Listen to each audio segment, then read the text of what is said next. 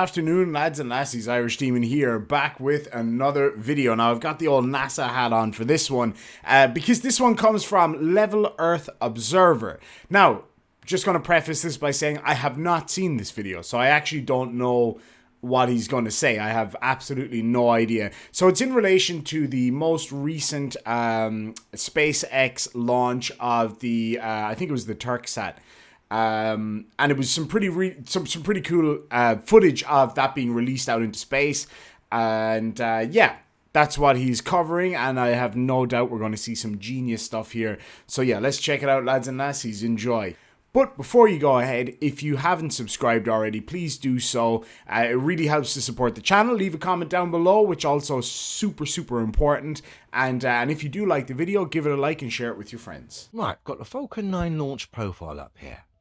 We're only interested in from the fairing separation on. Not interested in the booster. We just want to see what happens here, according to SpaceX, regarding the satellites when they're released from the second stage rocket, okay? Which is this information up here on the top right. Once the fairing is separated from the second rocket, the second stage, I should say, we then get SECO, which is second stage engine cutoff. Once that happens, you then get payload separation, which essentially will be the satellite releasing itself from the rocket. Okay, just to give you some idea of SpaceX's template for putting satellites into space. And at that point, just before release, we should supposedly have something like that. A satellite with its fairings off, exposing the satellite to heliocentric space, attached to a second stage booster, or something similar like that, okay? And of course, a lot of the times we get the camera on the booster, the rocket, looking up at the satellite as it's released into heliocentric space, okay? So that's generally what we're looking at when we get these SpaceX satellite releases, okay? So we got SpaceX's latest satellite release, hot off the press. And of course, let's set the scene, let's play the video. Remember, we're going to be viewing it from the camera. So we're on the second stage booster, right? In space, looking up. Of course, the fairing is separated. There's nothing else around us. Just the rocket, the camera on the rocket, and the satellite. The camera on the rocket is looking up, okay? So let's have a look. Get ready for separation. Payload deploy confirmed. We get separation. So as I said, I haven't seen this video yet, so I'm not 100% sure where he's going to go with it. But I'm going to have a guess that this is going to be one of my pet peeves, and this is why this video was sent to me. If you guys will recall from some of my earlier videos, I debunked the space mouse situation that was going on. To fill some of you in on what that was, I won't give you the details because I feel like I'm going to have to break it down again in a minute. But anyway, during some of the earlier SpaceX launches, there was some space mice. People were like, it's definitely a mouse, it looks like a mouse. Mice can't exist in space, obviously, so therefore space is fake. That's basically the story that we got, and I thoroughly debunked it, and it is one of my pet peeves because it comes up every single time there's a launch from SpaceX. So my guess with this one is that it's either going to be space mice, space bubbles, or some other nonsense, because when the craft separates from the satellite, there was some debris, so I'm banking on that. And as a result of separation, we are going to have bubbles coming from everywhere, particularly from our right hand side. Yep, called it. I knew it was going to be one of those things. As soon as I saw that debris on separation, I knew that is what he was going to harp on about. I know exactly what that is. But let's hear what he has to say first, and then I'll tell you what it is. Lots of them, I may add. Now, the heliocentric believers will say this is ice crystals. Spoiler alert, that's exactly what it is. But I digress. Let's hear what he has to say. Now, I'm going to say to you, where are these ice crystals coming from that coincide with this satellite release? If it's just here, a rocket booster and a satellite in space, nothing else, no space stations, nothing else attached to this, where are all these supposed ice crystals coming from that are coordinated seemingly with this satellite release. Look to the right of the satellite now. Hundreds of bubbles rising up to the top of the pool. Look, it's a bubble fest. So, if these are ice crystals, where did these ice crystals come from? And why did they start to appear at the same time the satellite was released? It was almost as a reaction to the satellite being released. So what were these ice crystals attached to? Alright, so there's just a couple of things I want to cover here. First of all is the psychology of what he's doing here. This is a very common thing that a lot of conspiracy theorists will do. So for example, the conspiracy theory in this scenario is that it's bubbles and not ice. Now, we can explain why it is ice, and I will get to that in just a minute. And he knows that we can do that. So what he has to do is, now they'll say it's ice, but it's not. What it is. You just saying it's not doesn't mean that it's not. Anyway, that's the first thing. The second thing he asks is, where's all this ice coming from if it's not connected to anything? The massive amount of the mass of one of these rockets is made up of liquid oxygen. It's called LOX. And that is what is used for the initial thrust as part of the fuel mixture. And it's also used to fire the cold gas thrusters, or the RCS, the reaction control system. And they're the little puffs that you see, and that is liquid oxygen being vented off as a gas. Now, what happens to liquid oxygen when it goes into a vacuum?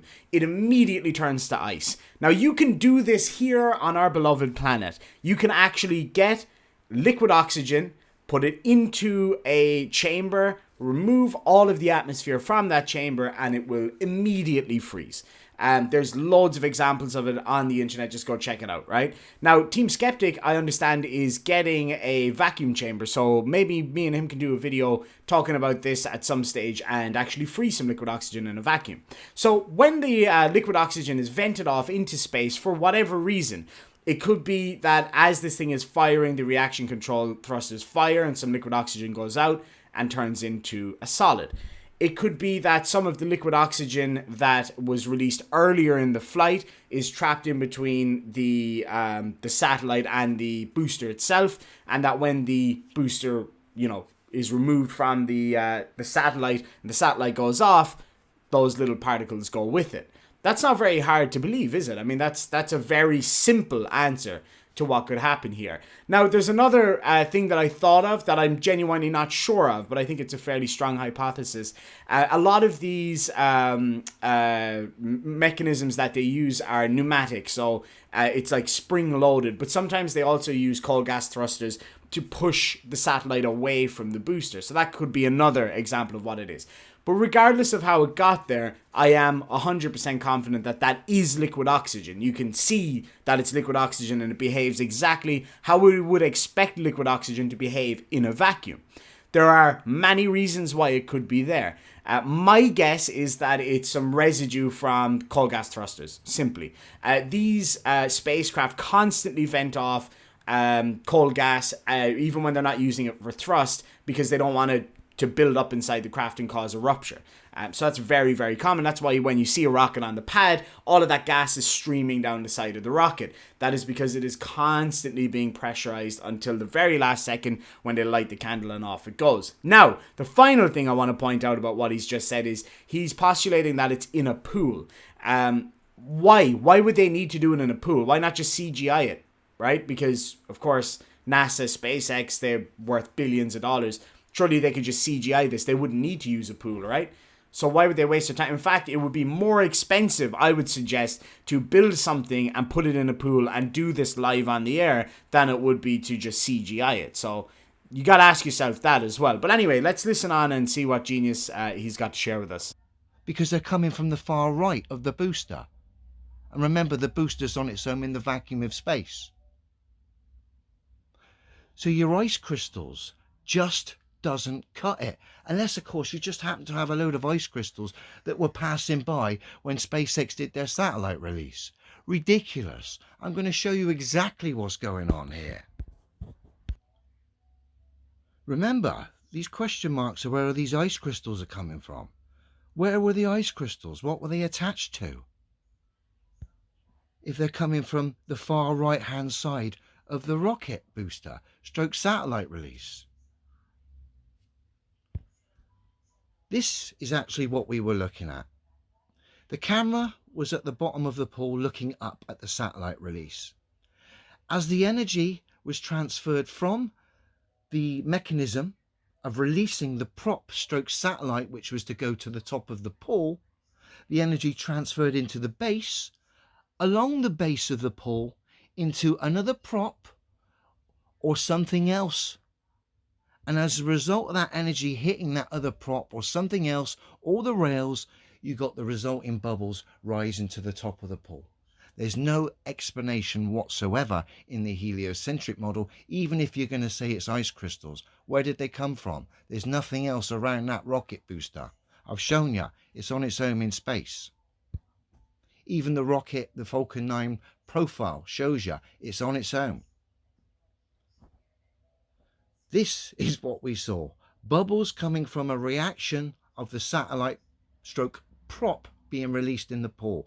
The energy got transferred down into the ground to the base of the pool, transferred along the runners or the steel that they sat on into the next prop, which could well have been a section of the ISS they show for spacewalks.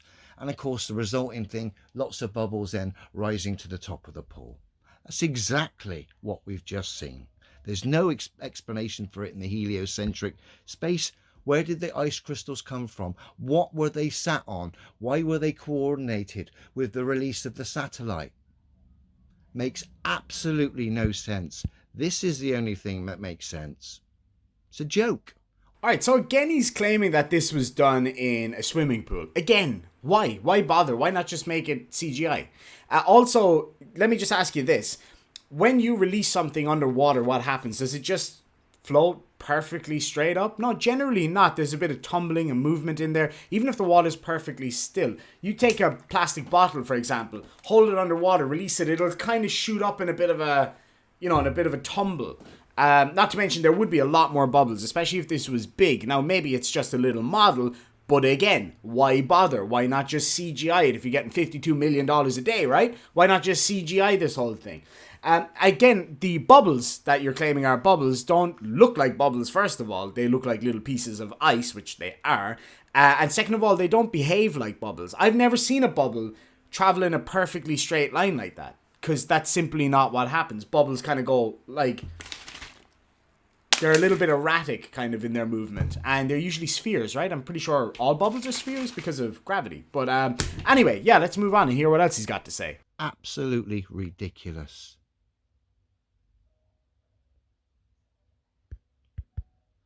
If you're going to say ice crystals, what were the ice crystals attached to? Where did they come from?